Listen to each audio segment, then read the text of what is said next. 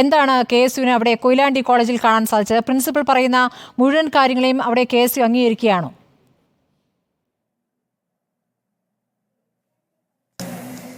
ഇല്ല, ഇവിടെ യഥാർത്ഥത്തിൽ നമ്മൾ ഈ പ്രിൻസിപ്പൽ പറഞ്ഞ കാര്യങ്ങളും SFI വലിയ ആരോപണങ്ങൾ ഉന്നയിച്ച് കടന്നു പോകുന്നു. അതുപോലെ തന്നെ പ്രിൻസിപ്പലിൻ്റെ വിഷയവുമായിട്ട് ബന്ധപ്പെട്ടുകൊണ്ട് CCTV ഫുട്ടേജ് ഉൾപ്പെടെയുള്ള കാര്യങ്ങൾ നമ്മുടെ മുമ്പിലുണ്ട്.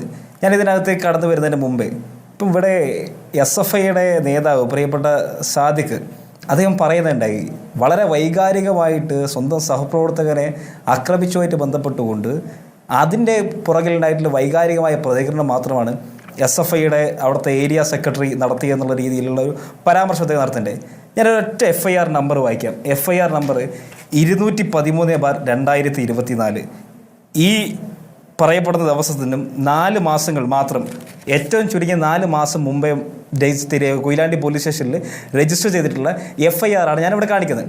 ഈ FIRനകത്ത് അമൽ എന്ന് പറയുന്ന SNDP കോളേജിനകത്ത്, ഈ ഗുരുദേവ ക്യാമ്പസിനകത്ത് നിന്നും ഏറ്റവും ചുരുങ്ങിയത് ഏറ്റവും മീറ്ററുകൾ മാത്രം വ്യത്യാസമുള്ള, ഏകദേശം 50 ഏറ്റവും ചെറിയൊരു ദൂരം മാത്രം വ്യത്യാസമുള്ള 2 ചുമരുകൾക്ക് അപ്പുറത്തും ഇപ്പുറത്തും സ്ഥിതി ചെയ്യുന്ന ക്യാമ്പസായ RSM SNDP കോളേജിലെ അവിടുത്തെ SFIയുടെ തന്നെ ഒരു പ്രവർത്തകനായിരുന്ന അമൽ എന്ന് പറയുന്ന വിദ്യാർത്ഥിയെ, ഇപ്പം നമ്മളിപ്പം വലിയ കേരളത്തിനകത്ത് ഇപ്പോൾ കാര്യവട്ടം കോളേജിലെ ക്യാമ്പസിലെ ഉൾപ്പെടെയുള്ള ഇടിമുറിയെക്കുറിച്ച് നമ്മൾ വളരെ ഗൗരവത്തോടു കൂടി ചർച്ച ചെയ്തുകൊണ്ട് കടന്നു പോകുന്ന സമയത്ത് അവിടുത്തെ ഹോസ്റ്റലിനകത്ത് പ്രവർത്തിക്കുന്ന 121 റൂമിനകത്തെ ഇടിമുറിയെക്കുറിച്ച് സംസാരിക്കുമ്പം ഇതേ RSM SNDP കോളേജിനകത്തെ ചേർന്ന് കിടക്കുന്ന, ഈ ഗുരുദേവ കോളേജിനോടും അടുത്ത് ചേർന്ന് കിടക്കുന്നതായിരിക്കുന്ന നാണു എന്ന് പറയുന്ന അവിടുത്തെ CPM നേതാവിൻ്റെ വീടിനകത്തേക്ക് ഈ അമൽ എന്ന് പറയുന്ന പയ്യനെ, 2ാം വർഷ കെമിസ്ട്രി വിദ്യാർത്ഥിയെ വലിച്ചിഴച്ച് കൊണ്ടുപോയി മൃഗീയമായി ആക്രമിച്ച് പരിക്കേൽപ്പിച്ച് അവൻ്റെ മൂക്കിൻ്റെ പാലം, ഞാൻ പ്രത്യേകം എടുത്ത് പറയുന്നു, മൂക്കിൻ്റെ പാലം ഇടിച്ച്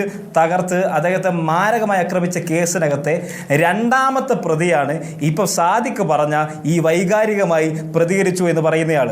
ഇതിനകത്തെ, ഈ കേസിനകത്തെ 4ാമത്തെ പ്രതി അഭിനന്ദ് എന്ന് പറയുന്ന ഈ SFIയുടെ കർണപടം അടിച്ച് പൊട്ടിക്കപ്പെട്ടു എന്ന് പറയപ്പെടുന്ന നേതാവ്, അദ്ദേഹമാണ് ഈ കേസിനകത്തെ 4ാമത്തെ പ്രതി. നമ്മൾ ഈ CCTV ഫുട്ടേജിനകത്ത് തന്നെ നമ്മൾ കാണുന്നുണ്ട്, അവിടെ നീല ഡ്രസ്സ് യൂണിഫോം ധരിച്ചിട്ടുള്ള 1, 2, 3 കുട്ടികൾ അവിടുത്തെ അധ്യാപകരെ കയ്യേറ്റം ചെയ്യാൻ ശ്രമിക്കുന്നതും സ്റ്റാഫ് യൂണിയൻ്റെ ഭാരവാഹികളെ കയ്യേറ്റം ചെയ്യാൻ ശ്രമിക്കുന്നതായിരിക്കുന്ന ബന്ധം.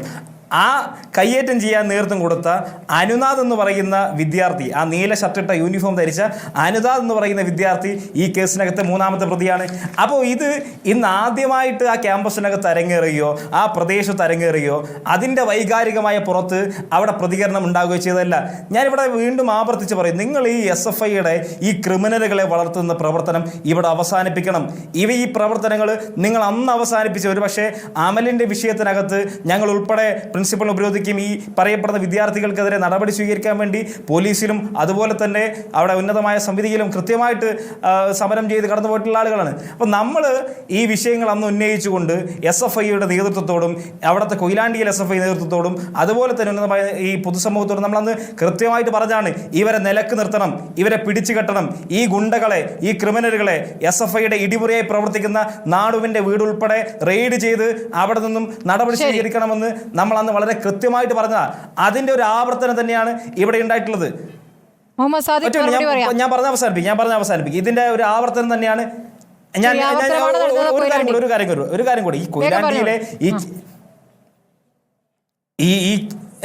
ഞാൻ അവസാനിപ്പിക്കും. ഇന്നലെ ഈ വിഷയം, ഈ കൊലവിളി പ്രസംഗം ഇവിടെ നടക്കുമ്പോൾ അതിന് തൊട്ടപ്പുറത്തെ ക്യാമ്പസായ കൊയിലാണ്ടിയിലെ ഗവൺമെൻറ് കോളേജിനകത്ത് ഈ SFIയുടെ ക്രിമിനലുകൾ അവിടെ 1ാം വർഷ വിദ്യാർത്ഥികളെ സ്വീകരിക്കാൻ വേണ്ടി KSU കെട്ടിയായിരിക്കുന്ന കൊടികളും തോരണങ്ങളും ഇത് മുഴുവൻ നശിപ്പിച്ച് അവിടെ വലിയൊരു ഭീകരാന്തരീക്ഷം സൃഷ്ടിച്ച് കടന്നു പോകുന്ന സമയത്ത് ഞാൻ ഉൾപ്പെടെയുള്ള KSUവിൻ്റെ ഭാരവാഹികൾ അവിടുത്തെ പ്രിൻസിപ്പളുമായിട്ട് ചർച്ച ചെയ്യുന്ന സമയത്താണ് മറ്റൊരു ക്യാമ്പസിൽ ഈ ഒരു വിഷയം കൊയിലാണ്ടിയിലാകെ ഇവർ അരാജകത്വ പ്രധാനപ്പെട്ട കാര്യമായി വന്നിരിക്കുന്നത്